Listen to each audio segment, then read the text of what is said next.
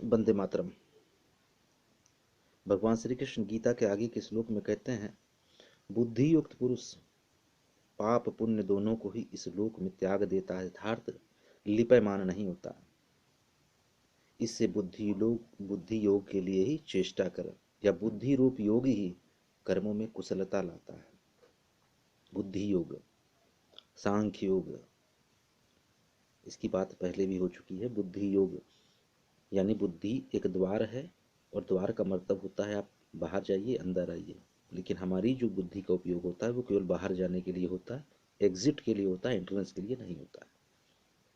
सांख्य योग की बात करते हैं। सांख्य योग उच्चतम ज्ञान है, पवित्र ज्ञान है, शुद्ध ज्ञान है, गूढ़ ज्ञान है। ज्ञानियों ज्ञान की बात करें तो ज्ञान केवल एक ही है इस दुनिया में, वो है सांख्य। तो दो तरह के ज्ञान है। ज्ञान दो तरह के हैं, एक ज्ञान ज्ञेय कहलाता है, एक ज्ञान ज्ञाता कहलाता है। एक में हम वस्तु का परिचय प्राप्त करते हैं, वस्तु के बारे में अध्ययन करते हैं, एक में विषय का अध्ययन करते हैं।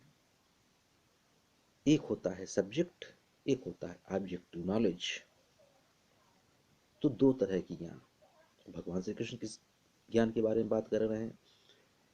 अब हमें आपको जानना है, या हमें किसी व्यक्ति के बारे में जानना है, कोई उपाय है? दुनिया में कोई उपाय नहीं है किसी के व्यक्ति के बारे में सब कुछ जानने का। मैं उसके कितने पास बैठ जाऊं, कंधे से कंधा मिला लूं, सीने से सीना मिला लूं, शरीर के टुकड़े कर दूं, मस्तिष्क के टुकड़े कर दूं, नहीं जान सकता। कोई उपाय नहीं है जानने का। यह आप कहिए मेरे सर में दर्द हो रहा है, मेरे पैर में दर्द हो रहा है, तो मैं आपके चेहरे को देखकर अंदाजा लगा सकता हूं कि कुछ दिक्कत है आपको, लेकिन वो जो दर्द है वो मैं नहीं महसूस कर सकता हूं। मैं केवल अनुमान लगा सकता हूं। हम सभी केवल अनुमान लगा सकते हैं कि हाँ व्यक्ति व्यथित है, लेकिन जान नहीं सकते हैं पूरी तरीके से उस बारे में। कोई व्यक्ति प्रेम में भरा है तो हम अनुमान लगा सकते हैं किस तरह का प्रेम है, कैसा प्रेम है, कोई अंदाजा नहीं। तो फिर आप गोपियों के ऊपर भी उंगली उठाते हैं, मालूम नहीं है, जान नहीं सकते हैं, उपाय नहीं है आपके पास जानने का, तो आप गोपियों पे, कृष्ण पे, किसी पे भी उंगली उठाइए, जानने का कोई उपाय नहीं। क्योंकि जानने का जो उपाय है वो हमारे बाहर पहुंच के बाहर है। तो भगवान श्री कृष्ण से ज्ञान की बात कर रहे हैं, तो हमें नहीं मालूम है तो हम उंगली उठा देते हैं किसी पर भी, यूं ही उंगली उठा देंगे खुद को बुद्धिमान समझने के लिए। मैं देखता हूं कोई चीज, मैं किसी व्यक्ति को देखता हूं, होता यह है कि प्रकाश की किरणें उसके चेहरे को मेरी आंखों के तंतुओं तक लाती हैं, और वो तंतु उस चित्र को मेरे मस्तिष्क में ले जाकर एक विशेष रासायनिक परिवर्तन करते हैं, एक विशेष संरचना बनाते हैं, और उसके द्वारा मैं कोई चीज देख पाता हूं। यह है देखने का उपाय। अब मैं कैसे विश्वास करूं कि जो मैं देख रहा हूं वो सत्य है कि नहीं सत्य है?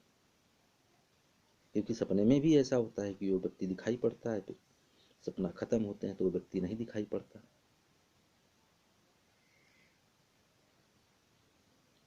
तो विश्वास कैसे किया जाए कि मैं सपने में हूं कि नहीं हूं? दिखाई देना भी यहाँ पर परिचय है, केवल ये परिचय की बात हो रही है। ब्रेड रसेल ने ज्ञान को दो भागों में विभाजित किया। एक ज्ञान उसका है, पहले का उसने नाम दिया ज्ञान, और दूसरे का नाम दिया परिचय। तो देखना भी परिचय की श्रेणी में आ रहा है, ज्ञान की श्रेणी में नहीं आ रहा है, ये परिचय की श्रेणी में आता है। और देखना ही उपाय नहीं, सिद्ध नहीं करता है कि ये सत्य है। पीलिया के मरीज को क्या रंग दिखाई पड़ता है? कुछ लोग तो कलर ब्लाइंड होते हैं, पता ही नहीं चलता उनको कि इस रंग, ये भी रंग होता है, जिंदगी भर शायद नहीं पता चल पाता। जैसे बनारसा को नहीं पता लगा कि मुझे कलर नहीं दिखाई पड़ता है। उसको 60 साल की उम्र में जाकर मालूम चला कि वो पीला रंग नहीं देख पाता है। हुआ यूँ कि उसकी शादी की 60वीं वर्षगांठ थी तो किसी ने उसको पीला कोट गिफ्ट में दिया। टाई देना भूल गया तो उसने कहा कोट पहनते हैं, तो गया बाजार से टाई लेने, तो हरे रंग की टाई ले आया।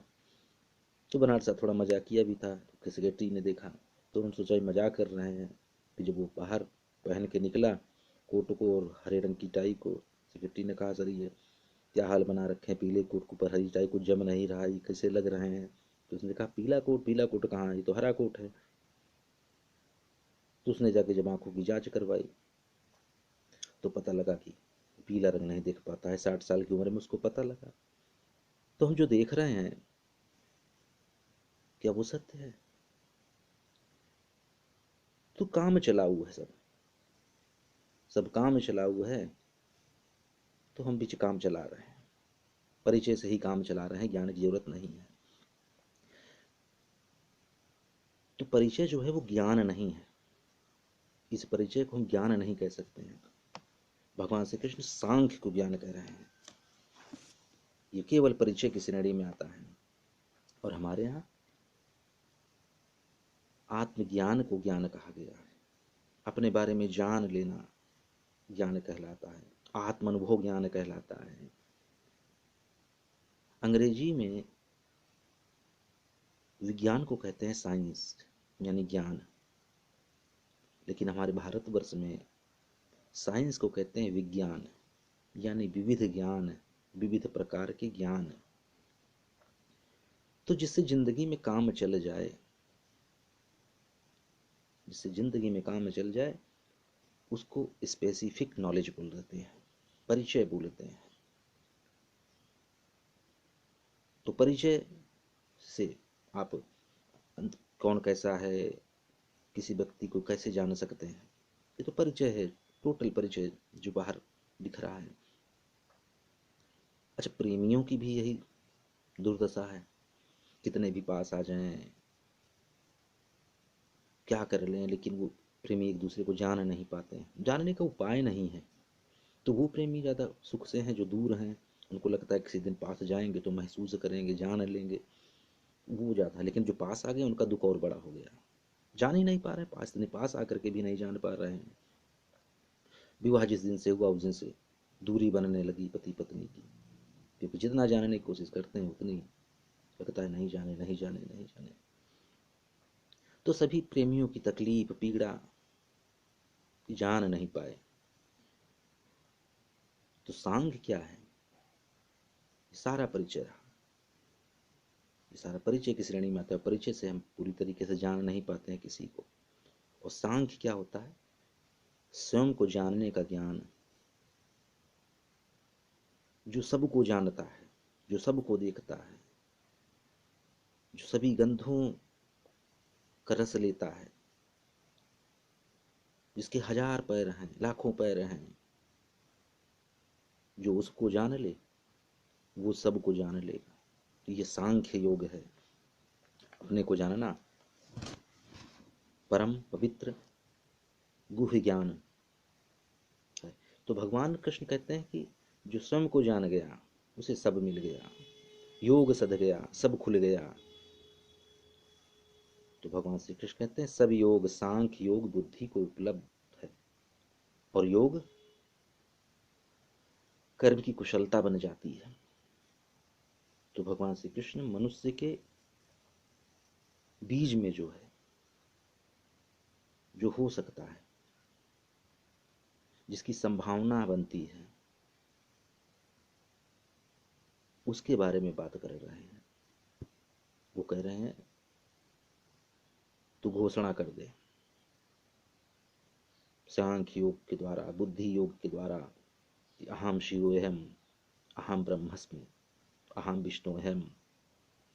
जो तेरे अंदर बीज पड़ा है, जब तू शिवोहम की घोषणा करेगा तो सब कुछ जानने वाला है। तब तेरे कर्म अकर्म विकर्म में कोई फर्क नहीं पड़ने वाला है। तेरा हर कार्य योग होगा। वंदे मातरम।